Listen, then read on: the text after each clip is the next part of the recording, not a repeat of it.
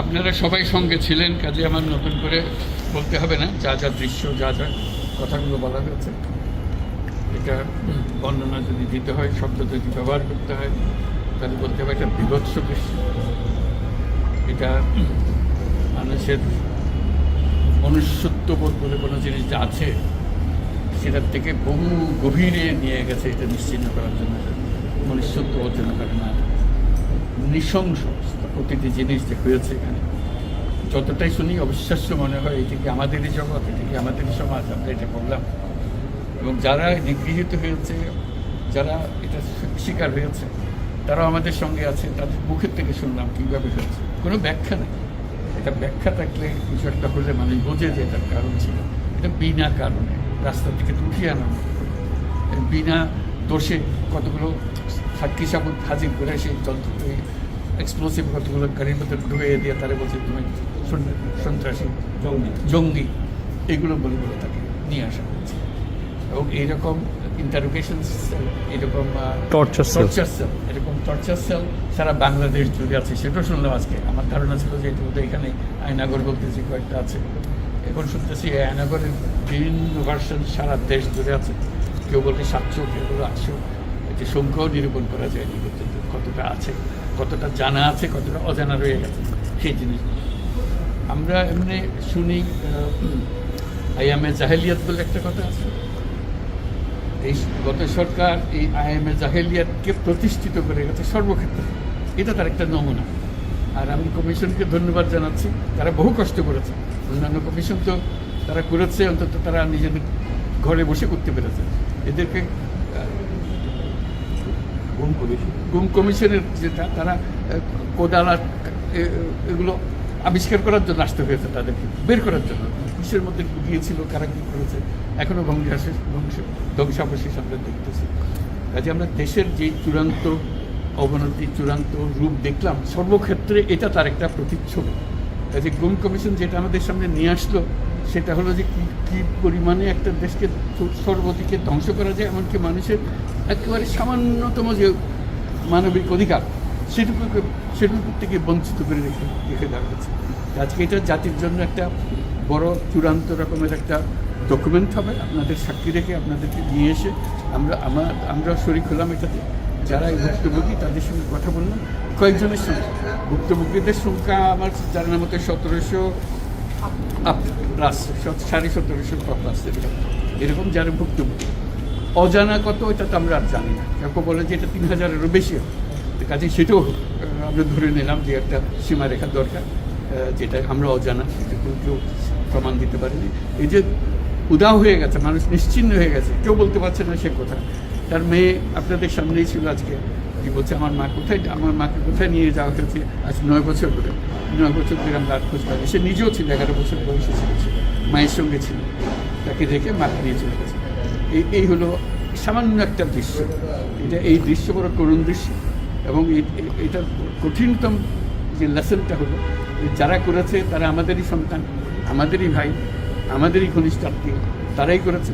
এবং আমরা এই সমাজকে যদি এর থেকে বের করে না আনতে পারি, তাহলে এই সমাজ তো টিকে থাকবে না। যে এইভাবে যদি আমাদের হয়, আমাদের সন্তানরা যদি এগুলো করে, এবং তারা যদি এইরকম কাজ করতে পারে, যে মানুষের পক্ষে যেটা সম্ভব। একজন বলছিল যে খুপড়ির মধ্যে তাকে রাখা হয়েছে, গ্রামে তো মুরগির খাঁচা চেয়ে বড় হয়, এরকম অবস্থা। মুরগিও নড়াচড়ার যেরকম জায়গা পায় না, ওরও নড়াচড়ার কোনো জায়গা নেই। ওকে ব্যবস্থা রাখা হয়েছে, মাসের পর মাস, বছরের পর বছর তাকে ব্যবস্থা রাখা হয়েছে। এটা মানুষের সামনে এখন বিচার রইল, কীভাবে আমরা আবার নতুন করে সমাজ করতে পারি, যাতে করে আমরা এই যে এটা আমাদের সবারই অপরাধ, যেটা হতে দিয়েছি আমরা এসেছি। আজকে আমরা মুক্ত হলাম, সে মুক্ত বাংলাদেশে আমরা যেন নতুন করে আবার সমাজ গড়তে পারি। এটার থেকে একেবারে অতি দূরে যেন আমরা চলে যেতে পারি। এটার নমুনা, এটার সাক্ষী, এটার যে ডকুমেন্টেশন গুম কমিশনের রিপোর্টের মধ্যে থাকবে। এবং এটা অবশ্য পাঠ্য হিসেবে সবাইকে পড়তে হবে, এবং তাদের যারা করেছে তাদের বিচার করতে হবে। তা না হলে আমরা নিষ্কৃতি পাবো না এটার থেকে, এই যে কাজগুলো করে গেল তারা। তা না হলে আমরা আবার মুক্তভাবে বলবো কী করে যে আমরা এই দেশের মানুষ, আমরা পরিষ্কার। যারা করেছে তাদের জন্য আমরা কেন মুক্ত হতে যাব? তাদের সে বিচার করবো, জনসাধারণ বলবো যে এরকম উচিত বিচার হয়েছে, তখন আমরা এটার থেকে মুক্ত পাবো। সেটাই হলো আমাদের আবেদন দেশের সবার কাছে, এই বিচারটা যেন আমরা করে ফেলতে পারি। এইগুলো সব এভিডেন্স যা যা আমরা দেখলাম, সেই এভিডেন্সগুলো সিলগালা করে রাখা হয় যাতে করে কেউ বিনষ্ট করতে না পারে, যখন বিচারের কাছে যে একটা প্রমাণ হিসেবে ব্যবহার করতে পারে সেই হিসেবে আমরা থাকি। একটা কোশ্চেন এর দুইটা কোয়েশ্চেন করতে দিতে হবে। এটা এই বড় স্টোরিতে আমি এক কোয়েশ্চেন করব। মাননীয় প্রধান উপদেষ্টা, দুইটা প্রশ্ন। প্রথমটা হলো যে আপনার পাশে যে দুইজন আপনার ক্যাবিনেটের মেম্বার দাঁড়ায় আছেন, দুইজনেই কিন্তু জিআইসি বা আয়নাঘরে বন্দী ছিলেন, আজকে তারা আইডেন্টিফাই করছেন, এবং আমরা আরও কয়েকজন সার্ভাইভারের সাথে কথা বলছি, এবং তারা যারা বেঁচে আছেন, ফিরে আসছেন, তারা বলছেন যে তারা রাষ্ট্রের কাছে একটা উপযুক্ত ক্ষতিপূরণ চান, কারণ এগুলো প্রতিটা মামলাতে ওনাদের এক একজনের লক্ষ লক্ষ টাকা খরচ হয়েছে, এবং আপনার সরকার থেকে গুমের সার্ভাইভার এবং গুমের শিকার ভিকটিম ফ্যামিলিদেরকে কোনো ক্ষতিপূরণের কোনো চিন্তা আপনাদের আছে কিনা, এটা আমার প্রথম প্রশ্ন। ক্ষতিপূরণ হিসেবে আমরা দেখি না, আমরা দেখছি যে ন্যায় বিচারটা তার জন্য হয় অতি তাড়াতাড়ি হয়, যে বিচার দীর্ঘসূত্রিতা করে থাকবে সেই জন্য এটা থেকে নিষ্কৃতি পায়, এটা আমাদের ফার্স্ট প্রেফারেন্স। তারপর দেখা যাবে তাদের কী করা যেতে পারে। আচ্ছা, মাননীয় প্রধান উপদেষ্টা, আরেকটা প্রশ্ন হলো, আপনারা বলছেন যে এটা সিলগালা করে দিবেন, কিন্তু একটা খুবই ব্যক্তিগত একটা রিকোয়েস্ট, এটা হাজেরা বেগম, উনি মায়ের ডাকের প্রতিষ্ঠাতা, যে সংগঠনটা সবচেয়ে বেশি গুম নিয়ে কাজ করছে, এবং উনি এই র্যাব 1 হেডকোয়ার্টারে, যেটা ডিজি শহীদ মহোদয়, উনিও এটা সম্পর্কে অবগত, উনি মাসের পর মাস এখানে ঘুরছেন তার ছেলের সন্ধানে, উনি আর ওনার মেয়ে একটু এই জায়গাটা ঘুরে দেখতে চান, এটা অনুমতি আপনারা দিবেন কিনা? বিশেষ গুম কমিশন, এটা মানে গুম কমিশনকে যদি আমরা বলি কিভাবে অর্গানাইজ করা হবে সেটা, আচ্ছা, কারণ উনি এখানে অনেকবার আসছে এবং কথাবার্তা, না না, ও দেখা ভালো, তার অন্তত মনে একটু পরিষ্কার হবে, চোখে দেখতে স্যার, এটাই মানে এই ভদ্র মহিলা তার জীবনটা ফিরিয়ে দিতে পারবো না যে জীবনের মাধ্যমে সে গেছে, অন্তত দেখলে মনে সান্ত্বনা হবে, আমি জায়গাটা দেখে এসেছি। ওই মেয়েটা, যে বাচ্চা মেয়ে যে বলতেছেন, আমার মাকে আর দেখতে পেলাম না, কোথায় চলে গেল, আজ পর্যন্ত কেউ খবর দিতে পারলো না সে বেঁচে আছে না মরে গেলে কোথায় আছে। The whole existence of this government is because of this, that we don't want to stay in that darkness that has been created around us. So we want to create a new environment, new, as we say, new Bangladesh, as the students have been claiming all the time. So that led to the reform commissions. One of them is this disappearance commission, which led us to see this thing. If we didn't have that commission, probably it will be just a storytelling. Nobody will believe, somebody will say yes, somebody will say no. Now they have concrete proof, and now they will go to the justice. So this is one step. And then what happens to the rest of the institutions? You are dealing with something that have done. Will this be repeated in future? That's something we have to make sure that it's not repeated in future. Nowhere near it. This is the worst ever in the whole world possible. So we don't want to have anything to do with it. We'll be as normal as any civilized human being could be. So that's our commitment. That's what the reform commissions are all about. And since you asked the question, I'm very grateful to the commission for taking the trouble. It was not an easy job. They had to fight in all directions to discover. This is the whole discovery mission. It's not as simple going and taking evidences and writing reports about it. So they have to really detect this in a very serious way. And they're still worrying about whether we can keep the evidences as they are after all this thing happened. So this is our commitment. We want to create that society and that world for us. Thank you so much.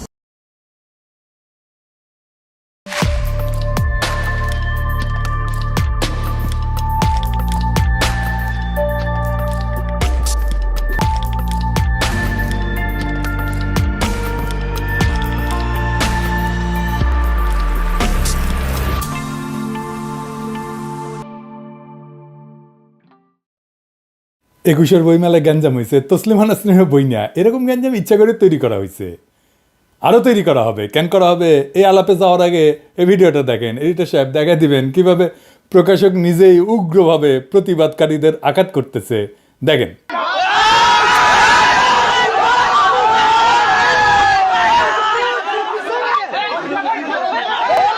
যে stall গুড়িয়ে দেওয়া হবে, এটা কি সাম্যবাদ? এটা কি মানবতাবাদ? Stall ঘুরিয়ে দাও, স্টল আমরা ঘুরাইছি। না না, এই প্রশ্ন দেওয়া যার আমার কথা বুঝেন ভাই। আপনি যে আওয়ামী লীগ কিনা বলেন, আপনি যে আওয়ামী লীগ কিনা না, বলেন। আমি লিখ না। আপনি নিজে আওয়ামী লীগ, আপনি নিজে আওয়ামী লীগ। প্রতিটা বাঙালির স্লোগান, জয় বাংলা স্লোগান, আমাদের বাঙালির স্লোগান।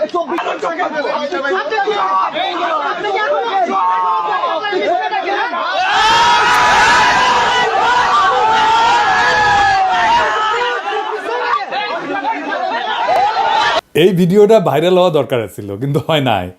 এই প্রকাশক ভব সেলটার গায়ে হাত তুলিছে, আবার দেখেন এডিটর সাহেব সে জয় বাংলা স্লোগানও দিছে, মৌলবাদী গালি দিছে, গায়ে হাত তুলিছে, তারপরে কিন্তু হুজুরেরা স্টল ভাঙে নাই। ভব সব রকমভাবে ট্রাই করছে উস্কানি দিতে। এই ঘটনার সাথে সাথে কলকাতার আনন্দবাজার নিউজ করে বাংলাদেশে নিউজ হওয়ার আগে, মানে আনন্দবাজারের লোক হাজির ছিল ওইখানে, তাই সেই সিন ক্রিয়েট করেছে, গলা ফুলায় জয় বাংলা স্লোগান দিছে। সেই জয় বাংলা স্লোগান যা খুনি হাসিনার আদালতের মাধ্যমে স্লোগান দেওয়াকে বাধ্যতামূলক করেছিল, সেই স্লোগান, সেই ফ্যাসিবাদের স্লোগান। এখন আদালতের মাধ্যমে জয় বাংলা স্লোগান দেওয়াকে ক্রিমিনাল অফেন্স হিসেবে ঘোষণা করতে হবে, আর তা না পারলে জনতার আদালতের মাধ্যমে জয় বাংলা স্লোগান দেওয়াকে ক্রিমিনাল অফেন্স হিসেবে আমরাই ঘোষণা করে দিলাম। কেন করলাম আসেন সেই আলাপে দেখি। কারণ এই জয় বাংলা হইতেছে সেই আওয়ামী ধর্মের মন্ত্র যা উচ্চারণ কইরা 1972 থেকে 2024 সাল পর্যন্ত হাজার হাজার মানুষকে হত্যা করে ভারত দেবীর চরণে এই নরবলির অর্ঘ্য নিবেদন করছে আওয়ামী লীগ। এবং এই জয় বাংলা স্লোগান উচ্চারণ কইরাই বাংলাদেশের স্বাধীনতা সার্বভৌমত্বকে ইন্ডিয়ার কাছে বিক্রি করে দিছিল হাসিনা মুজিব উভয়।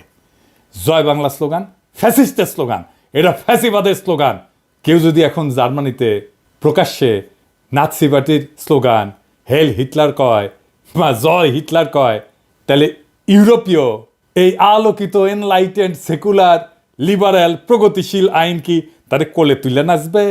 ইন্ডিয়া এবং আওয়ামী লীগ মুক্তিযুদ্ধ নিয়ে স্বাধীনতা নিয়ে যে বয়ান তৈরি করছে, ওই ইতিহাসকে দুমরায় মুসরায় থ্যাতলায় দেব, বুলডোজারদের গুড়ায় দেব, তছনছ করে দেবো, একেবারে 32 বানায় দেব। আমরা মুজিব নামের ফ্যাসিস্ট ফেটিশ আইকন, আমরা সেকুলারিজম নামের ইসলাম কোপানির ইন্ডিয়ান মূর্তিটারে ভাঙ্গা গুড়া গুড়া করে দেব। মাত্র 6 মাস আগে কি বিভৎস গণহত্যা চালাইছে হাসিনার খুনি বাহিনী আর ছাত্রলীগ যুবলীগের অস্ত্রধারীরা। পুলিশ আমাদের মেয়েদের তুলে নিয়ে হ্যারাস করছে গণহারে। আমি ডেইলি স্টারকে ধন্যবাদ জানাই এই রিপোর্ট করার জন্যে, যদিও আমরা ওর উপরে বিলাত, কিন্তু এই রিপোর্টটা ভালো করেছে। কিন্তু আমার কাছে যে স্টেটমেন্ট আছে এই হতভাগ্য মেয়েটার, তার ভগ্নাংশ এই রিপোর্টে উঠে আসছে।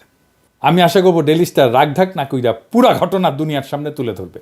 যে সমস্ত পশ্চিমা দূতাবাস কিছু হইলেই ফোন মারে প্রফেসর ইউনূসের সরকারের লোকজনদেরকে, তাদের বলতে হবে এই সময় আমাদের বাচ্চাদের রক্ষা করার জন্য কি করছিলা, এখন সেই ফ্যাসিস্টদের রক্ষা করতে আসছো কোন নৈতিক অধিকারে? তো 21-এর বইমেলার ঘটনা নিয়ে মাহফুজ স্ট্যাটাস মারিছে, আসেন সেটা নিয়ে আলাপ করি। মাহফুজ জনতাকে মব বলে উল্লেখ করছে, তাদের ডেভিল বা শয়তান বলে বিবেচনা করা হবে উল্লেখ করছে, তাদের শক্ত হাতে দমন করা হবে, এটাই নাকি শেষ অনুরোধ মাহফুজের। কি আর বলবো ছোট ভাই মাহফুজ, এই এনার্জি আর এই হ্যাডম আওয়ামী ফ্যাসিস্টদের বিরুদ্ধে দেখাইলে ভালো হইতো না? প্রফেসর ইউনূস তো নিজেই বলছেন সরকারের মধ্যে স্বৈরাচারের লোক আছে। শুনো, তুমি নিজেই শোনো, শুনছো কিনা জানি না। তোমরা বলার সময় বলেছো যে আমাদের এখানে স্বৈরাচারী সরকারের লোক বসে আছে, আমাকে এই করছে। তারা চলে যায় নাই। তোমরা বলছো যে তারা সরকারে আছে, আমি বলছি তোমার গ্রামেও আছে। শুধু সরকারকে দেখি আমি চলে গেলাম, ওই সরকারে আছে, তারা কিছু করতে পারতেছে না। তোমার গ্রামে আছে, তুমি কিছু করতে পারতেছো? তুমি তো দুঃখ করতে এসছো আজকে। কাজে সেই তেজ আসতে হবে না, এদেরকে জায়গা দেবো না আমরা কোথাও।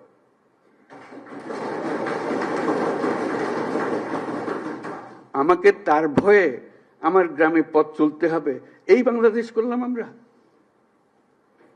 এই বাংলাদেশ আমরা করি নাই। সে তার সমস্ত স্বভাব পরিবর্তন করে আমাদের সবার সঙ্গে মিশে যাবে, এটা হবে। কিন্তু তার স্বভাবে সে চলতে থাকবে আমার সামনে দিয়ে, আর আমি বলবো আমি নতুন বাংলাদেশ গড়ে ফেলেছি। হলো না? শুনলেন তো 2 দিন আগের কথা। আর মাহফুজ, তুমি যে হুমকি দিলা তোমার এলাইকে, তোমার সহযোদ্ধাকে, যে তোমার পাশে দাঁড়ায় বুকের রক্ত ঢেলে দিল হাসিনাকে হটানোর জন্যে, কে উস্কানি দিল সেটা দেখবা না? তোমাদের পশ্চিমা এম্বাসিকে দিয়া ইন্ডিয়া ফোন মারে আর স্ট্যাটাস মাইরা দাও সাথে সাথে তোমরা যখন গুলি খাইতেছিলে আর দলে দলে মরতেছিলা, বাচ্চা বাচ্চা ছেলে আর মাইয়াদের ব্লকলেট করে তুলে নিয়ে যাইতেছিল, ছাত্রলীগ আর যুবলীগ মুড়ি মুরগির মতো গুলি ছুটতেছিল, হেলিকপ্টার থেকে গুলি ছোড়া হইতেছিল, তখন ফোন মারিছিল তারা হাসিনাকে? জিজ্ঞেস করেছিল? করো একবার, মারে নাই ফোন। তাই পশ্চিমে বাংলাদেশের ইমেজ কি হইল এটা নিয়ে উতলা হইও না, বরং সাকসেসফুলি ফ্যাসিবাদকে নির্মূল করতে পারলে পশ্চিমা লিবারেলরা তোমার গুরু মানবে, তোমার মডেল মাইনা চলবে। ইসলামপন্থীরা রক্ত দিতেছে অনেক আগে থেকে, 2013 থেকে। ওরা হাসিনা মোদিরে ডরায় নাই, ওদের তুমি কিসের ভয় দেখাও মাহফুজ? ওরা কি ডর পায়? পায় না। ইসলামপন্থীরা আমাদের ফ্যাসি বিরোধী লড়াইয়ের সবচেয়ে গুরুত্বপূর্ণ শক্তি, তার সাথে বিবাদে যাইও না। রাজনীতি কিন্তু যুক্তিতর্ক না, রাজনীতি দিল আর দরদের বিষয়। তোমার বন্ধুদের অন্তরের খোঁজ রাখতে হবে। তুমি যাদের খুশি করতে গিয়া পরীক্ষিত বন্ধুদের অন্তরে দাগা দিছো, তারা এটা হতভম্ব, বিষাদগ্রস্ত। তোমার এই বিষয়ে একটা জরুরি কথা বলি আর কি, এটা সরকারের সবার জন্যই প্রযোজ্য। ইসলামপন্থীদের সাথে কেমন আচরণ করবে প্রফেসর ইউনূসের সরকার, সেটা ঠিক করতে পারবে, এটা এখনো মনে হয় ঠিক করতে পারো নাই। বাংলাদেশকে সারা দুনিয়া বা পশ্চিমা বিশ্ব কি নামে কোন রঙে চিনবে, সে বিষয়ে বাংলাদেশের আরবান এলিটদের একটা উদ্বেগ আছে। কি সেটা? সেটা হইতেছে যে সে ইউরোপ আমেরিকায় যেতে পারবে না, স্কলারশিপ পাবে না, ব্যবসা বাণিজ্য করতে পারবে না। ইসলামপন্থীরা পশ্চিমে যায় না বা যাইতে চায় না তা না, কিন্তু তরুণ ইসলামপন্থী তো মালয়েশিয়া বা তুরস্কে বৃত্তি চায়। আমেরিকান বা পশ্চিমা সাহায্য বন্ধ হইলে ওনারা উতলা হবেন কেন? ইসলামপন্থীরা হবেন না তো। সেই সাহায্য কি ওনারা কখনো পাইছে? যারা সেই তহবিলের কোনো অংশ পায় না, কোনোভাবে পায় না, তাদের কি বা আসে যায়? পশ্চিমা দাতা গোষ্ঠী সংস্থাগুলা প্রাথমিক, মাধ্যমিক, উচ্চ শিক্ষাখাতে অনুদান দেয়, সরকারি বেসরকারি স্কুল কলেজ ইউনিভার্সিটিতে যায়। মাদ্রাসাগুলোতে একটা ফুটা পয়সাও গেছে? যায়নি। তবে দিতে চাইছে। কখন দিতে চাইছে জানেন? মাদ্রাসা শিক্ষা রিফর্মের জন্যে। মানে মাদ্রাসা শিক্ষা আর মাদ্রাসা শিক্ষা বলে চিনতে পারবেন না। শয়তানি দেখেন, কোনো মাদ্রাসায় কম্পিউটার ল্যাব করে দেওয়া যেত না? করছে? করে নাই তো। বাংলাদেশের আরবান এলিটরা মনে করে তার মুসলমান পরিচয় সে পশ্চিমে বিপাকে পড়তে পারে। উল্টা দিকে এই মুসলমান পরিচয় তো ইসলামপন্থীর কাছে স্বপ্নের মতো। ইউরোপ আমেরিকায় ভারতীয় লবির প্রভাবে আপনার সম্মানহানি করতে পারে, কিন্তু কারোর জন্য সেটা তো সুযোগ হইতে পারে। একই পরিচয় দেশের রাজনৈতিক প্রতিষ্ঠান আপনাকে জটিলতায় ফেলবে, অথচ অন্যের জন্য সেটা তো বিশাল সুযোগ, বিশাল স্বপ্ন। সুতরাং আপনার যেটা আতঙ্ক, আপনার যেটা ভয়, আপনার যেটা ডর, অন্যের কাছে সেটা হইতে পারে একটা সুযোগ, স্বপ্ন। তাই আপনি কারে সতর্ক করতেছেন মাহফুজ? আপনি যা বলে সতর্ক করতে চাইতেছেন তাতে ইসলামপন্থীদের কিছু যায় আসে না। পরিস্থিতি অত্যন্ত নাজুক, আমি স্বীকার করি। তবে কথা সত্য, রাজনৈতিকভাবে জিততে হইলে আগেই সাবধান হইতে হবে। তাই শুধু নিজের ক্ষতির কথা না, বরং অন্যের রাজনীতিতে কি ক্ষতি হইতে পারে সেটা তুলে ধরতে হবে। একবার ঘটনা ঘটলে আপনি যেদিকেই যান ক্ষতি হবেই, হয় ভেতরে নয় বাইরে। ধানমন্ডি 32 নম্বর ভাঙাতে বাংলাদেশে ফ্যাসি বিরোধী শক্তির লাভ হয়েছে না? অবশ্যই হয়েছে। প্রফেসর ইউনূস সরকারের লাভ হয়েছে না? অবশ্যই হয়েছে। ভয়ঙ্কর ব্যক্তিগত ঝুঁকির মুখে পড়ছে কে? অনেকেই পড়ছে। তবে অবস্থা দৃষ্টে মনে হচ্ছে তারা অন্যায় হয়ে গেছে আমার উপরে প্রতিশোধ নেওয়ার জন্যে। বাসন্তীর জাল পড়া ছবি শেখ মুজিবের গদি নাড়ায় দিছিল। বাংলাদেশ এটার উপকার পাইছে, আজকের বাংলাদেশে এটার উপকার পায়। কিন্তু আফতাব সাহেব যে ছবিটা খিঁচেছিল, নিজের জীবন দিছে, জীবন দিয়ে কাপড়া দিছে তার সাহসী কাজের। 1975 বিপ্লবীরা শেখ মুজিবকে জয় বাংলা করে দিছে, কিন্তু নিজেদের কোরবানি দিয়ে দিছে ফাঁসির দড়িতে। এমনকি তাদের সন্তানদেরও ছাড়েনি হাসিনা। আজিজ পাশার মেয়েকে গাড়ি চাপা দিয়ে মারছে। হাসিনা উৎখাত হয়েছে, সারা দেশ আনন্দে, কিন্তু হাজার হাজার বাচ্চা ছেলে জীবন দিছে, পঙ্গু হয়েছে, দৃষ্টিশক্তি হারাইছে। এটাই ক্ষতি, এটাই কোরবানি। দেশের বৃহত্তর স্বার্থে যারা নিজেকে কোরবানি দিতে প্রস্তুত থাকে, যাদের কাছে শহীদ মৃত্যুই নতুন সম্ভাবনার দ্বার, তারা মৃত্যু ভয় বা জুলুমের ভয় এটা দেখানো কি ঠিক মাহফুজ? ঠিক না। যারা হাসিনা উৎখাতের লড়াই ফোরফ্রন্টে ছিল, যারা 32 নম্বর ধূলিসাৎ করে দিছে, তাদের মৃত্যু পরোয়ানা জারি করবেই হাসিনা আর তার দল। এটা যাই নেই, তারা সেই কাজে নামছে। যাই হোক, হাসিনা উৎখাত হয়েছে, কিন্তু আমাদের আরেকটা লক্ষ্য ছিল ভারতের গোলামি, সেটা থেকে মুক্ত হওয়া। সেটা কি হয়েছে? ভারতের গোলামি বিষয়টা কি সেটা একটু বুঝে দেখে আসে। ধরেন ভারতের একটা রাজ্য মহারাষ্ট্র অথবা পশ্চিমবঙ্গ, আমরা কি ভারতের গোলাম বলি? বলি না। এমনকি বিহার, পাঞ্জাব, এদের ক্ষেত্রেও বলি না, তাই না? কারণ এগুলো ভারতের রাজ্য।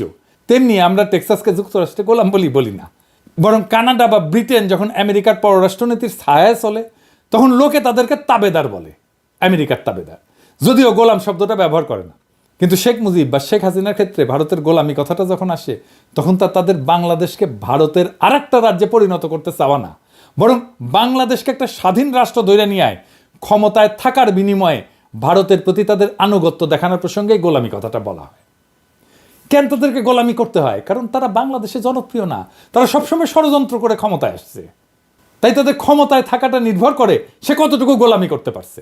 বাংলাদেশের জনগণ যত বেশি তাদের ক্ষমতা থেকে সরাইতে চাইছে, জবাবদিহিতে চাইছে, ততই তারা ভারতের প্রতি আনুগত্যের মাত্রা বাড়ায় দিছে, আর ততই বাংলাদেশের মানুষের উপরে জুলুম হয়েছে। এটাই ভারতের দায়। শেখ মুজিবের বাকশাল আর শেখ হাসিনার অনানুষ্ঠানিক একদলীয় শাসন বা বাকশাল 2.0 এইরকমই ছিল। তারা যখনই ক্ষমতায় যাইতে পারছে তখনই তারা এই গোলামির এজেন্সি নিছে আর দেশের মানুষের উপরে নির্যাতনের স্টিম রোলার চালাইছে। শেখ মুজিবের আমলে 3 বছরের যে স্বৈরাচার এবং কর্তৃত্ববাদ তৈরি হয়েছিল, হাসিনা সেটাকে টাইনা 15-16 বছরে নিয়ে গেছে। শেখ মুজিব ছিল একজন স্বৈরাচার, আর হাসিনা হইতেছে একটা পূর্ণাঙ্গ শয়তান। এবার আসেন আলাপ করি কেন ধানমন্ডি 32 নম্বর ভাঙাটা জরুরি ছিল। নিজেকে একটা প্রশ্ন করেন, পূর্ব পাকিস্তানের জনগণ যে বিচ্ছিন্ন হয়ে বাংলাদেশ গঠন করলো, এটা কি ন্যায়সঙ্গত ছিল? পাকিস্তানকে দখলদার হিসেবে কখন আমরা দেখা শুরু করলাম? দখলদারকে উৎখাতের জন্য যুদ্ধ করা, এই সমস্ত নৈতিক বৈধতা কোন জায়গা থেকে আসলো? বাংলাদেশের প্রতিষ্ঠা, স্বাধীনতার যুদ্ধ 100% বৈধ ঘটনা। কেন বৈধ ঘটনা? আর এটা বৈধ হয়ে উঠলো কখন? এটা বৈধ হয়ে ওঠে 25শে মার্চের রাতে, তার আগে না। 25শে মার্চ রাতে পাকিস্তান দখলদার শক্তি হিসেবে মাঠে নামে এবং নিজের দেশেরই পূর্বাঞ্চলের নাগরিকদের হত্যা শুরু করে। এই ঘটনায় ইতিহাসে বাংলাদেশ সৃষ্টির বৈধতা দেয়। ফলে পূর্ব পাকিস্তানের নাগরিকদের বাংলাদেশি হয়ে ওঠা এবং দখলদারদের উৎখাতের জন্য যুদ্ধ করাটা বৈধ হয়ে ওঠে। 25শে মার্চের আগে বাংলাদেশ রাষ্ট্র প্রতিষ্ঠার বৈধতা তৈরি হয়নি। তার আগে সংঘাত ছিল, কিন্তু সমঝোতার সম্ভাবনা ছিল পাকিস্তানের কাঠামোর মধ্যেই। 1952 সালে যে গভর্নর হাউস থেকে বাংলাদেশের মানুষের উপরে জুলুম চালানো হয়েছিল, সেই গভর্নর হাউসকে পরবর্তীতে বাংলা একাডেমি বানায় দিল। হাসিনার গণভবনকে যেভাবে জাদুঘর বানায় দেওয়া হয়েছে, ঠিক একইভাবে আইয়ুব খান রাষ্ট্রীয় প্রচারে রবীন্দ্রসঙ্গীত নিষিদ্ধ করলেন, আর পূর্ব পাকিস্তানের মানুষ পুরা দেশ রবীন্দ্রসঙ্গীতে ভাষায় দিল। ফলাফল, আইয়ুব খান টিকে থাকতে পারল না। সমঝোতা হইল, অন্তর্বর্তী সরকার হিসেবে ক্ষমতায় আসলো ইয়াহিয়া। নির্বাচন হইল, পূর্ব পাকিস্তানের জনগণ পাকিস্তানের নির্বাচনেই ভোট দিল, কেউ কিন্তু বয়কট করে নাই। বরং অনেকে আওয়ামী লীগকে জাল ভোট পর্যন্ত দিছিল। ইলিয়াস কাঞ্চন হাসিনার নির্বাচনের বৈধতা দিতে গিয়ে ফট করে সেই কথা বলে ফেলছিল। এই যে ফারুক ভাই যেটা বলেছেন যে 70-এর ইলেকশনের সময়, 70-এর ইলেকশনের সময় আমরা নিজেরা ক্যাম্প করেছি এবং আমি ভোটার কিন্তু হইনি, কিন্তু আমি নিজে কিন্তু ফলস ভোট দিয়েছি এবং একটা দুইটা না, অনেকগুলোই দিয়েছি। হ্যাঁ, তো সেইভাবেই কিন্তু আজকে এই দেশ কিন্তু যেমন নির্বাচনে পূর্ব পাকিস্তানের নাগরিকরাই জয় হইল। তারা 1947 সালে পাকিস্তান গঠনের সময় মূল ভূমিকা রাখছিল, আর 1970 সালে পাকিস্তানের গণতান্ত্রিক ব্যবস্থার মধ্যেই ক্ষমতা দখলের সামর্থ্য দেখাইল, হিম্মত দেখাইল। তারপর ক্ষমতার দর কষাকষি শুরু হইল, কিন্তু পশ্চিম পাকিস্তানের বেসামরিক সামরিক এলিটরা শেখ মুজিবকে ক্ষমতার আসনে বসতে দিল না। 25শে মার্চে তারা সামরিক হামলা চালালো, পূর্ব পাকিস্তানের সাধারণ নাগরিকদের হত্যা করতে শুরু করলো। এই হামলায় ইতিহাসে বাংলাদেশ রাষ্ট্রের বৈধতা দিল। বাংলাদেশের স্বপ্ন পশ্চিম পাকিস্তানদের বঞ্চনার শোষণ থেকে শুরু হয় নাই, শুরু হয়েছে পাকিস্তানিদের গণহত্যা থেকে। নিপীড়ন, হামলা, যন্ত্রণা ইতিহাসে বিপ্লবের বৈধতা এনে দেয়। হাসিনার জুলুম, খুন, গুম তাকে উৎখাতের বৈধতা দিছে। আওয়ামী লীগকে নিষিদ্ধের বৈধতা দিছে। ইতিহাসে নিপীড়ক শাসকের বাসভবন, ক্ষমতার কেন্দ্র, এটার ধ্বংসের অসংখ্য উদাহরণ আছে, বহুবার ঘটছে। এটাই হইতেছে প্রতীকী প্রতিরোধ, ক্ষমতা অপসারণের প্রতীক বা গণতান্ত্রিক পুনর্গঠনের অংশ হিসেবে এই ঘটনাগুলো ঘটছে। কয়েকটা উদাহরণ দিই। ফরাসি বিপ্লবের সময় রাজতন্ত্রের নিপীড়নের প্রতীক হিসেবে বাস্তিল দুর্গকে জয় বাংলা কইরা দেওয়া হয়। এটা ছিল ফ্রান্সের রাজনৈতিক বন্দিশালা, যেখানে রাজতন্ত্রের বিরোধীদেরকে আটকে রাখা হইতো। দ্বিতীয় বিশ্বযুদ্ধের পরে নাৎসি শাসনের প্রতীক হিটলারের অফিস এবং চ্যান্সেলারি ভবন ধ্বংস করে দেওয়া হয়। এমনকি সোভিয়েত ইউনিয়ন ভাঙ্গা যাওয়ার পরে, সমাজতন্ত্রের পতন হওয়ার পরে সমাজতন্ত্রের সমস্ত প্রতীককে, লেনিনের মূর্তিকে ধ্বংস করে দেওয়া হয়। বাসভবন বা স্থাপত্য নিছক ইট কাঠের গঠন না, এটা রাজনৈতিক ক্ষমতার দমন নীতি এবং মতাদর্শের প্রতীক বটে। মিশেল ফুকো মনে করেন ক্ষমতা শুধু মানুষের মধ্যে না, প্রতিষ্ঠান এবং স্থাপত্যের মধ্যেও নিহিত থাকে। তাই প্রতিবাদ শুধু ব্যক্তি বা সরকার পরিবর্তনের মধ্যে সীমাবদ্ধ না, বরং তার প্রতীক এবং কাঠামোর বিনাশটাও জরুরি। বদ্রিয়ারের মতে রাজনৈতিক ক্ষমতা নিজেকে প্রতীক দিয়ে চিহ্নিত করে। নিপীড়কের প্রতীক ভাঙা তার মানে ক্ষমতার ভিত্তিটাকে নষ্ট করা। জন রলসের একটা ন্যায় বিচার তত্ত্ব আছে, ইংরেজিতে বলে রলসিয়ান জাস্টিস। ইংরেজি যেই তো কইছে ঠিকই কইছে, তাই না? এই তত্ত্ব অনুসারে যে কাঠামো মানুষের প্রতি অন্যায় করছে তার টিকে থাকার অধিকার রাখে না। তাই একটা ভবন যদি জনগণের দাসত্ব, নিপীড়ন আর গণহত্যার প্রতীক হয়, তার টিকায় রাখা ইতিহাসের প্রতি অন্যায়। হেগেল বলছিলেন ঐতিহাসিক পরিবর্তন সংঘাত সংঘর্ষের মধ্যে দিয়ে আসে এবং প্রত্যেকটা যুগ তার প্রতীক সৃষ্টি এবং ধ্বংসের মধ্যে দিয়ে নতুন কিছু নির্মাণ করে। নিপীড়কের প্রতীক ধ্বংস করা মানে নতুন যুগের সূচনা। নিপীড়কের প্রতীক ধ্বংস করলে জনগণের ভয়ের সংস্কৃতি দূর হয় এবং তারা নিজেদেরকে ক্ষমতাশালী মনে করতে শুরু করে। যেই ক্ষমতা জনগণের কাছ থেকে কাইরা নেয় স্বৈরাচার এবং ফ্যাসিস্টেরা, সেই ক্ষমতা ফিরায় দেওয়া হয় এইভাবেই। আমরা জনগণের ক্ষমতা ফিরাই দিছি 32 নম্বর ভাঙ্গা। 32 নম্বর ভাঙ্গার ইতিহাস শতাব্দীর পর শতাব্দী জালেমদের জন্য শিক্ষা হয়ে থাকবে, প্রতিবাদী মানুষের জন্য অনুপ্রেরণার উৎস হইয়া থাকবে। এই লড়াই শুধুমাত্র একটা ভবন ধ্বংসের জন্য না, এটা নিপীড়কের প্রতীক ভাঙার, ইতিহাসের গতিপথ পুনর্গঠনের লড়াই এবং নিপীড়িতের শক্তি দেখানোর লড়াই, তার হিম্মত দেখানোর লড়াই। ইতিহাসে যে ক্ষমতা জনগণের রক্ত চুইসা নিজেদের ক্ষমতার দুর্গ বানাইছে, সেই ক্ষমতার প্রতীক একদিন না একদিন মাটিতে গুড়ায় যায়। এটাই প্রকৃতির বিধান, এটাই ইতিহাসের অনিবার্য সত্য। ফরাসি বিপ্লবের বাস্তিল দুর্গ হোক, নাৎসি শাসনের চ্যান্সেলারি হোক, জারের প্রাসাদ হোক, প্রত্যেকটা নিপীড়ন কাঠামোই একসময় গুড়ায় যায় আর জনগণের রক্তের উপরে দাঁড়ায়। প্রত্যেকটা ভবনের ইট জনতার পায়ের নিচে গুড়া গুড়া হয়ে যায়। ধানমন্ডি 32 নম্বর ভাঙা তেমনই এক ইতিহাসের মুহূর্ত, যেখানে নিপীড়নের প্রতীক বিলীন হইল এবং জনগণ দেখাইল ক্ষমতা তাদের হাতে থাকে। হাসিনা এবং তার আওয়ামী লীগ এই প্রতীক হারায় ছটফট করতেছে মরণ যন্ত্রণায়, কারণ তারা জানে প্রতীক ধ্বংস মানে ক্ষমতা হারানোর শুরু, তাদের আদর্শের পরাজয়। তারা জানে একবার জনগণ বুঝে গেলে যে তাদের ভয় দেখায় শাসন করা সম্ভব না, একবার জনগণ বুঝে গেলে যে ফ্যাসিবাদ শুধু ভয়ের উপরে দাঁড়ায় থাকে, তখন ফ্যাসিবাদ আর ফিরে আসতে পারে না। আজকের এই ঘটনা নিছক একটা ভবন ভাঙা না, এটা ফ্যাসিবাদ ধ্বংসের সাইরেন। এটা ঘোষণা দিচ্ছে নিপীড়কের প্রতীক ভেঙা জনগণ নিজেদের ক্ষমতা পুনঃপ্রতিষ্ঠিত করতে শুরু করছে। কেউ ভাবছিল শেখ মুজিব অপরাজেয়, কেউ ভাবছিল হাসিনা অমর, কিন্তু ইতিহাস দেখালো প্রত্যেকটা স্বৈরাচারী শাসকের পতন অনিবার্য। 1975 সালে যারা শেখ মুজিবকে হটাইছে তারা নিজেরা হয়তো কোরবানি হয়ে গেছে, কিন্তু ইতিহাসে তাদের কাজ থেকে শিক্ষা নেওয়া হয়েছে। ফ্যাসিবাদের বিরুদ্ধে লড়াই এক প্রজন্মের কাজ না, এটা শতাব্দীর কাজ। সুতরাং আজকের এই প্রতীক ধ্বংস হইল শুধু শুরু, এটা একটা নতুন বাংলাদেশ গড়ার ঘোষণা। এটা সেই চিৎকার যা ফ্যাসিবাদকে জানিয়ে দেয় তোমাদের সময় শেষ, টাইম ফুরায় গেছে। ধানমন্ডি 32 নম্বর ভেঙে গেছে, ফ্যাসিবাদের শেষও আসছে। এখন আমরা আগায় যাব ভারতের গোলামি ধ্বংসের দিকে। 32 নম্বর ভাঙার ইতিহাস শতাব্দীর পর শতাব্দী জালেমদের জন্য শিক্ষা হইয়া থাকবে আর মজলুমদের জন্য অনুপ্রেরণা হইয়া থাকবে। আমরা বাংলাদেশে আওয়ামী রাজনীতির আর ভারতীয় আধিপত্যের ইট একটা একটা কইরা খুইলে নেব। ইনকিলাব জিন্দাবাদ।